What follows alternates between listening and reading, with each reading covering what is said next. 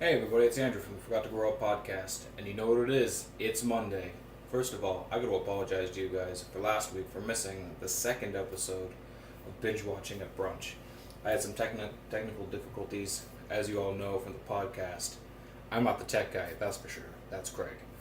Last week, what I tried to do was the day after tomorrow, and I also did some salmon eggs Benny, and it tasted delicious. I got pictures for you guys, and I've got half the video.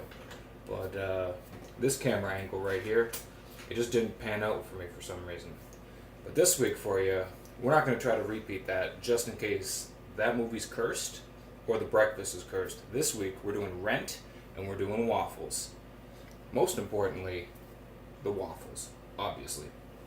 So I've already got my batter mixed, as you can see, just because that's the biggest pain in the ass part right there. We're going to go ahead and close this because it's already on, heating up. And I don't want to burn myself because I'm a klutz. So what we're going to throw into the waffles this week, we've got blueberries, we've got a little bit of leftover pineapple I have left that I said, fuck it, we're going to throw it in. And then we've got some nectarine that I got nice and fresh. And time to dive into Rent. So while I cut up the pineapple into nice small pieces, I'm going to dive in. I'm going to tell you that, for starters, you got the characters. Ooh. That could end badly. So the characters, we have Anthony Rapp. He was in the new show Star Trek Discovery. He's the main character at least to me, he's the main character. He plays the character Mark. And then you got I always mess up his name. Idina Menzel. She's the girl from Frozen. She plays his former girlfriend / she became a lesbian / activist now. You have her girlfriend, Maureen's girlfriend. By the way, I forgot to mention the name. It's Maureen for Idina Menzel. You got her girlfriend, which is Tracy Tom. She plays Cheryl on the TV show Love. I don't think she's in the whole series. I think she's just in one season, but it was pretty good to me. Now you got her. She's a lawyer. And then we have Adam Pascal. He was in School of Rock. He plays Mark's roommate. His name is Roger, and he is a former junkie, actually, heroin junkie. Him and his girlfriend, Rosario Dawson, who is also a heroin junkie, except she's a stripper. You guys might recognize her from all the Defenders series on Netflix, which are huge right now. That, or The Rundown, or I think she voices Wonder Woman in a lot of the DC animated movies that have come out over the last couple of years. You got Tay Diggs, he plays Ben. He's a former roommate of Roger and Mark. And pretty much that guy's in like every single slight musical. Like not the movies where everyone sings everything, but he's in every musical that just happens to have music in it. But and then you've got Jesse L. Martin, who plays Joe West in The Flash. And I'm gonna steal a little piece of nectarine. He's personally my favorite singer. And just because every time I hear him sing, he sounds like he really shouldn't be singing, and that voice shouldn't come out of him, but it does. And I am very okay with it. Moves us on to, I believe it's our last character, and his name is Angel. He's a drag queen, and he's played by, I always have to check this name, Wilson Germain Heredia. I think that's how it's pronounced. I'm not sure. But he plays a HIV-positive drag queen. And he's kind of the glue to the whole group. He kind of brings everything together. So for the story, now that I'm going to start throwing the fruit into the pancakes. Some quick stir. There we go. Now we're going to dump 1/3 cup of blueberries into the batter. And as you guys can see, I got my dog here. And she's going nuts for fruity ass waffles. So jumping into the plot, it's based on the story La Boheme, which is Bohemia, translated. A couple things you learn from the movie. Number one is that there's 525,600 minutes in a year, which I didn't know before this musical, but now I do know. So I'm gonna just throw, lost some pineapple. Good thing the dog eats it. More pineapple. Give that a stir. So, a couple of the main plot points of it. Kind of shows you live some, you lose some, and you love some. There's a few characters in it who are living with AIDS and being HIV positive. You got a couple of separate groups of people who are homosexuals, which is always nice to see them get a main focus in a movie and come out positive. Oh, lost a nectarine. Good thing the dog's gonna eat that too. Good thing I am not a professional chef, because there would be a lot of food waste. But a very happy dog. So other than that, you get the catchy ass songs. I'm not gonna give away the plot because there's so many different things that happen that turn out being important factors into it. Like you end up with not really love triangles, but you end up with a couple relationships that are a little more awkward, so to speak, just because there's a lot of animosity from one group to the next. Turn this up a little bit. Give her a quick coat. But a quick synopsis of it is it kind of covers the year in the life of this group of friends who they've been through a lot over the course of the year and everything leading up.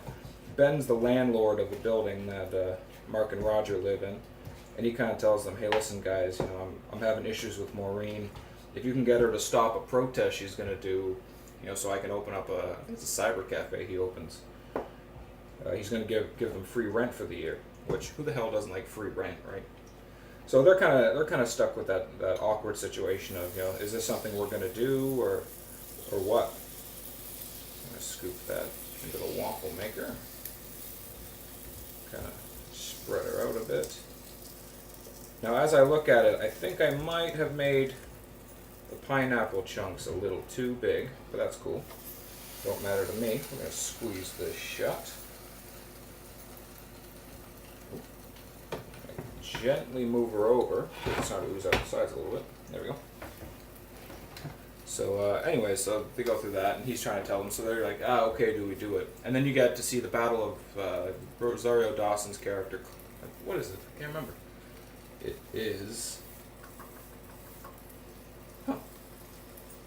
Can't remember the name of it off the top of my head. Didn't even put it in my notes. Damn. Anyways, Rosario Dawson's character, she's battling with addiction herself. So is Roger. And you get to see them kind of try to overcome it throughout the course of the movie. And then you get to see, what's his name? Tom, the guy who plays Joe in the flesh. You get to see him and his relationship with Angel as they go through the course of the year. Both of them are dealing with HIV, and it's a very tough road for them. They know what inevitably the end of the road is, but they're trying to get as much joy out of it as they can. Most importantly is the songs. Like, even if you don't watch the movie, me for the longest time, I did not like it at all. But I did not like the story, but I love the songs. And that in itself is enough to drag you in and get you to sit through the whole movie. And eventually it does change, and it gives you that, holy shit, this is an amazing story. So that being said, I'm not sure what year it takes place in. I imagine it's the 80s or the 90s or something along those lines, just because the story that goes with it, with the HIV and the heroin addiction. But from that point, I'm actually not 100% sure. Starting to smoke a little. You see the batter overflowing. That's not cooking, but oh, they're almost done. Better grab a spatula. So that's just it. There's a bunch of little things that drag you, and you see a lot of relationships. They deteriorate, they come back together. These people go this way, these people go that way, and then they all come back together. It's one of those stories you can't really say much about without giving away a key turning point in the movie, just because so much happens in the first half that it comes full circle in the second half, and you can't give away the first half without giving away the second half. So can't go too into depth. I'm just going to tell you guys, go watch Rent and make sure you make some waffles with it. These are coming out well, I hope, anyways. For those of you who are like me, I'm not a huge fan of maple syrup on my waffles. I prefer some nice yummy ass jam. Specifically, turn around for you English reading people who can't read the French. And we got peach, mango, orange E.D. Smith jam, and it's delicious. It's just sweet enough without being overpowering. It tastes really good on the top of your waffles in lieu of the syrup, which I always find it kind of gums me down. I just want to go take a nap afterwards. Lift this open again. Take a quick gander. Downside of my waffle maker, oh, we're almost done. The downside of my waffle maker is it doesn't notify you when they're done. So it's basically just open up, check, close, open up, check. That's what it is. Oh, we got a little bit of a puddle. Then we got that paper towel over here. Get that Kirkland Strong paper towel. Because we're balling on a budget. We'll rinse my hands off again real quick. Always like this is ready. Now today, some of you guys may have said, oh, he's not making his tea today. And that's because I have a nice cold glass of chocolate milk. It was on sale at Sharp's, the grocery store here in town. And it was $1 for a liter, so I have a ton of it that I gotta drink through.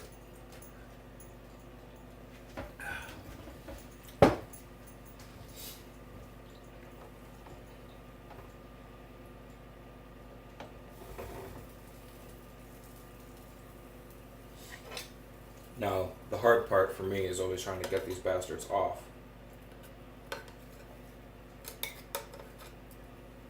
And if you guys watch me struggle with the waffle, imagine how hard it is for me to get friggin' pancakes to flip even. Fun fact, I've only ever been able to make pancakes like twice without mucking them up entirely. Now, these are really, there we go, really looking good. We grab our plate, lift the waffle up on there, drop her down. We got some pineapple. I'm gonna steal that. Don't worry, Roxy, we're making yours afterwards. Push that to the side. Oh, got more mess. I am not a very non-messy chef, apparently. So throw that to the side. Come over here.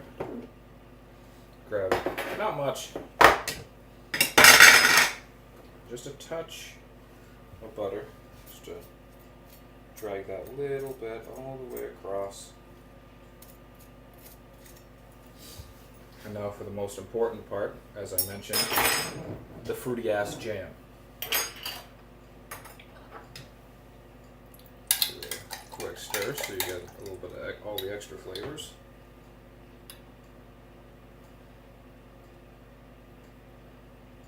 Much. One more spoonful.